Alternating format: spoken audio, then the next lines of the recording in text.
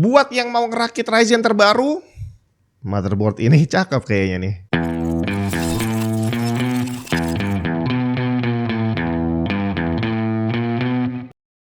Ternyata manusia bukan hanya tertarik sama orang yang kulitnya putih. Bahkan part PC yang warnanya putih, entah gimana kok kayak kelihatan lebih cakep gitu ya. Sama ini saya nggak tahu nih, perasaan saya doang atau gimana. Tapi beberapa kali saya cari harga gitu ya. Kalau part PC yang warnanya putih itu beberapa ada yang harganya cenderung sedikit lebih mahal daripada yang warnanya hitam. Ini dalam artian dua barang yang sama, speknya sama, yang warna hitam itu harganya lebih murah daripada yang warnanya putih. Yang saya nggak tahu adalah apakah kebetulan pas saya searching memang pas harganya lagi beda, atau mungkin dari pabriknya harganya sama tapi begitu nyampe di pasaran harganya dibikin beda. Saya nggak ngerti atau mungkin cuma perasaan saya aja. Tapi yang jelas iya memang kelihatan cakep sih ya. Ini adalah Asus ROG Strix B850A Gaming Wi-Fi. Buat yang lagi nyari motherboard AM5 terbaru, Asus bukan cuma punya ini aja ya. Ada banyak bre. Motherboard AM5 dari Asus. Buat yang duitnya banyak nih ya, kamu bisa ambil chipset X870E atau X870. Fiturnya canggih banget bre. Seperti 3 slot PCI Express Gen 5 untuk storage dan 2 port USB 4. Chipset B850 juga bisa jadi alternatif. Udah support SSD dan grafik PCI Express Gen 5, USB 20 GB per second dan udah Wi-Fi 7 pula. Atau kalau dananya mepet, ambil B840 yang masih pakai PCI Express Gen 4 untuk grafis dan storage dan cocok banget untuk build PC budget generasi terbaru. Selengkapnya cek link di bawah. Nah, sekarang kembali ke motherboard ini. Kalau dari sekilas ngelihat desainnya, yang bikin saya tertarik adalah di beberapa tempat itu ada semacam efek DOF-nya ya. Ada yang kayak 3D gitu. Seperti di bagian cover I/O panel, itu di bawah logo ROG, ada yang agak menjorok ke dalam. Jadi ini beneran ternyata bukan efek 3D, tapi memang desainnya nggak rata. Kemudian heatsink NVMe utamanya, itu di bagian locknya juga nongol. Tapi di bagian bawah, heatsink SSD yang gede, yang nyambung sama heatsink chipset, tulisan Strix-nya itu flat. Cuma di bagian putih yang ada tulisan For Those Who Dare, itu memang agak sedikit nongol. Jadi ada 3D-3D-nya cakep gitu lah. Untuk overall build-nya dia memang terlihat solid banget. Dari VRM heatsink array yang tebel dan nyambung dari bagian atas ke samping untuk memastikan VRM bisa tetap adem walau sedang kerja berat. Kemudian heatsink NVMe utamanya juga tebel banget dan seharusnya akan bisa menahan panas dari NVMe Gen 5 yang akan terpasang di sini. Nanti kita akan lihat seberapa efektif coolingnya. Kemudian fitur M.2 Q-Release dan Q-Slide untuk slot NVMe utama ini asik banget bre. Bongkar pasang SSD nggak perlu pakai obeng lagi. Kemudian untuk dedicated GPU di slot PCI Express utama, motherboard ini sudah menggunakan fitur Q-Release Slim, di mana ngelepas GPU udah nggak perlu lagi mencet pengunci apapun. Tinggal tarik ke atas, otomatis unlock sendiri. Ini fitur terbaru dari Asus yang dirilis tahun 2024 kemarin. Teknologi Q-Release sebelumnya itu masih pakai tombol untuk buka pengunci GPU-nya. Jadi tombolnya ditaruh di tempat lain yang lebih enak dijangkau. Sekarang kita lihat detail speknya seperti apa. Asus ROG Strix B850A Gaming Wi-Fi ini mensupport CPU Ryzen 7000, 8000 dan 9000. Tapi untuk pengguna Ryzen 8000 akan ada beberapa batasan yang perlu kamu tahu. Bentar lagi akan kita bahas. Untuk RAM-nya ada 4 slot dual channel DDR5 dengan kapasitas maksimum yang disupport 192 GB dengan clock maksimum bisa lebih dari 8000 mts. Mau pakai CPU Ryzen manapun support RAM-nya sama. Tapi untuk memastikan compatibility RAM, cek juga QVL-nya dan cek juga BIOS terbaru apakah ada penambahan compatibility untuk memori atau enggak. Onboard display di sini kita dikasih satu DisplayPort 1.4 yang support resolusi maksimum 8K 30Hz dan satu HDMI 2.1 yang support maksimum 4K 60Hz. Cukup disayangkan port USB yang ada di motherboard ini tidak mensupport display. Kemudian expansion slot PCI Express. Di sini baru muncul pembatasan untuk para pengguna Ryzen 8000. Slot PCI Express kali 16 utama udah Gen 5 tapi hanya bisa jika menggunakan Ryzen 7000 atau 9000. Kalau kamu pakai Ryzen 8000, slot PCI Express-nya hanya jalan di Gen 4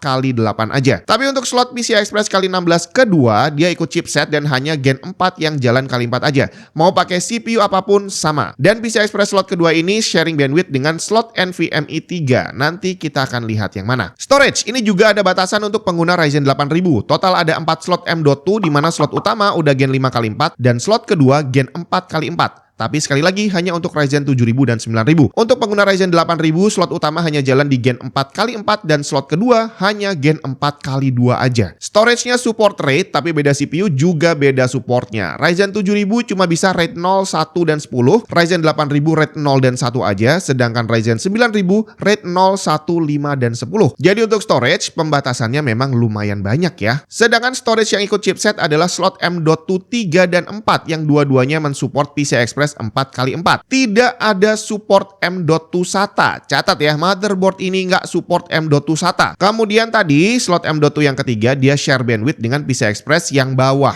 Jadi kalau salah satunya kepake, satunya lagi mati. Panjang NVMe yang disupport untuk slot 1 support panjang 42, 60 dan 80, slot 2 panjang 80 dan 110, sedangkan slot 3 dan 4 hanya support NVMe 80 mm aja. Sedangkan untuk port SATA pada motherboard ini cuma tersisa 2 bre, udah hampir punah kayaknya. Untuk jaringan standar 2,5 GB LAN, tapi untuk WiFi udah WiFi 7 dan Bluetooth 5.4. USB total ada 17 port, di mana 10 port ada di I/O panel, yang 7 lainnya di front panel. Buat yang butuh USB-C 20 GB, dia ada di I/O panel. Perhatikan ya, soalnya ada banyak motherboard yang port 20 GB-nya ada di front panel. Jadi perhatikan baik-baik motherboard punya kamu. Kemudian I/O panel di sini ada HDMI dan DisplayPort, ada 4 USB A 5 GB, 2 USB A 10 GB, 2 USB 2.0, kemudian USB-C-nya ada 2, yang satu 10 GB, yang satunya 20 GB. Kemudian ada tombol clear CMOS dan BIOS flashback, LAN port, Wi-Fi dan Bluetooth dengan colokan baru Q antenna serta audio yang udah ada digital outputnya. Untuk audionya sendiri dia menggunakan ROG Supreme FX 7.1 Surround Sound High Definition dengan audio codec ALC 4080, dan perlu dicatat kalau pengen memanfaatkan surround sound wajib pakai front panel yang support surround sound atau pakai USB. Audio jack di I/O panel belakang tidak support surround sound. Sekarang untuk performance, saya tes main beberapa game dengan 2 CPU di motherboard ini, Ryzen 7 7800 X3D dan Ryzen 7 9800 X3D dengan GPU-nya RX 7800 XT dan RAM-nya Clef Crest V RGB seri ROG Certified. Biar cakep bre, ROG semua. Dan hasilnya, di video sebelumnya saya udah tes Ryzen 7 7800 X3D dan 9800 X3D untuk jalanin RAM DDR5 di beberapa frekuensi yang berbeda, dan hasilnya memang terlihat CPU yang lebih baru, bandwidth-nya lebih gede, dan latency-nya juga lebih rendah. Sedangkan untuk performance aktualnya sekarang kita lihat nih. Singkat aja, untuk Cinebench 2024 terlihat Ryzen 7 9800 X3D lebih kenceng dari pendahulunya. Untuk multicore sekitar 21% lebih kenceng, tapi untuk single core-nya perbedaannya tidak terlalu signifikan. Sedangkan pada Geekbench 6 multicore, Ryzen 7 9800 X3D tercatat sekitar 16% lebih kencang dibandingin 7800 X3D. Tapi sekali lagi, untuk single core-nya bedanya tidak terlalu jauh. Gaming, ini yang agak menarik nih ya. Pada Cyberpunk, Ryzen 7 9800 X3D gagah banget bre. Average FPS-nya bisa 40% lebih tinggi dibandingin 7800 X3D, sedangkan 1% low-nya selisih sekitar 33%. Tapi di Forza Horizon 5 terlihat bahwa Ryzen 7 7800 X3D menolak mati. Nggak bisa dipandang sebelah mata, performance-nya nggak kalah dari 9800 X3D. Baik average maupun 1% low, performance keduanya hampir sama. Space Marine 2, Ryzen 7 9800 X3D terlihat lebih gagah lagi. 9% lebih kencang dibandingin kakaknya untuk average FPS, sedangkan selisihnya untuk 1% low sekitar 23%. Tapi di Red Dead Redemption 2 kejar-kejaran lagi. Asik lah ini ya.